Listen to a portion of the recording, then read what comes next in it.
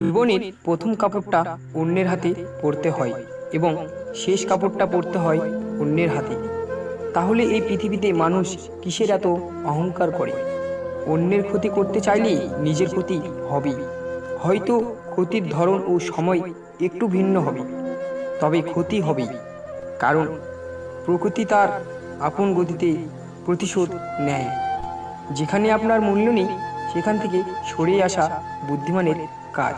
তর্কের চেয়ে নীরবতা ভালো, বদলা নেওয়ার থেকে নিজেকে বদলে ফেলা ভালো, অতঃপর লোকের সাথে পথ চলার থেকে একলা চলা ভালো। জীবনে দুই ধরনের মানুষের কাছ থেকে দূরে থাকো। নম্বর 1, ব্যস্ত মানুষ। নম্বর 2, স্বার্থপর মানুষ। কারণ ব্যস্ত মানুষগুলো তার ইচ্ছে মতো তোমার সাথে কথা বলবে, আর স্বার্থপর মানুষগুলো তার দরকারে তোমার সাথে কথা বলবে। যে তোমাকে মন থেকে ভালোবাসবে সে প্রতিদিন তোমার সাথে কোনো কারণ ছাড়াই ঝগড়া করবে, অভিমান করবে, শুধু শুধু তোমাকে জ্বালাবে।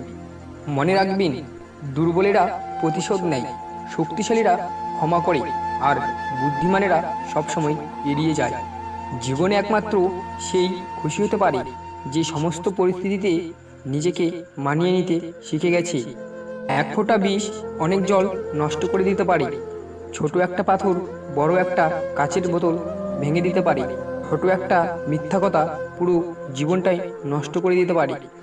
বিশ্বাস জিনিসটা বড়ই অদ্ভুত।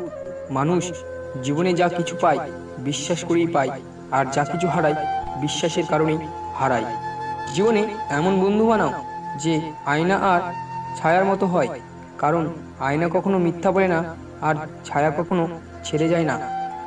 জীবনে যা কিছুই ছেড়ে দাও না কেন, হাসি আর আশা কখনো ছাড়বে না, কারণ এই দুটো জিনিস তোমাকে বেঁচে থাকতে সাহায্য করবে।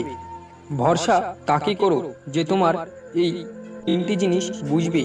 নম্বর 1, হাসির মাঝে লুকিয়ে থাকা কষ্ট। নম্বর 2, রাগের পিছনে থাকা ভালোবাসা। নম্বর 3, চুপ থাকার পিছনে কারণ। প্রতিটি মানুষের ধ্বংসের প্রধান কারণ হচ্ছে নিজেকে জ্ঞানী আর চালাক মনে করা। কেউই ছোট হতে পছন্দ করে না, সবাই চায় অপরের ঊর্ধ্বে থাকতে। বৃষ্টি না আসলে বোঝা যায় না ছাতার কোথায় ছিদ্র আছে, তেমনি খারাপ সময় না আসলে বোঝা যায় না কার মনে কি আছে। 3টি জিনিস ভেবেচিন্তে দিও: জবাব, পরামর্শ, ঋণ। জীবনে অতি সৎ হতে নেই। মনে রেখো, জঙ্গলের সোজা গাছটাকেই কিন্তু সবার প্রথমে কাটা হয়, তেমনি ঠিক অতি সৎ ব্যক্তিরাই বেশি আগে বিপদে পড়ে। উপদেশ শুধু কান দিয়ে নয়, মন দিয়ে শুনতে হয়। সম্পর্ক কখনো অর্থ আর সৌন্দর্য দেখে নয়, ব্যবহার আর চরিত্র দেখে করতে হয়। সম্মানটা শুধু বয়স দেখে নয়, আচরণ দেখেও করতে হয়।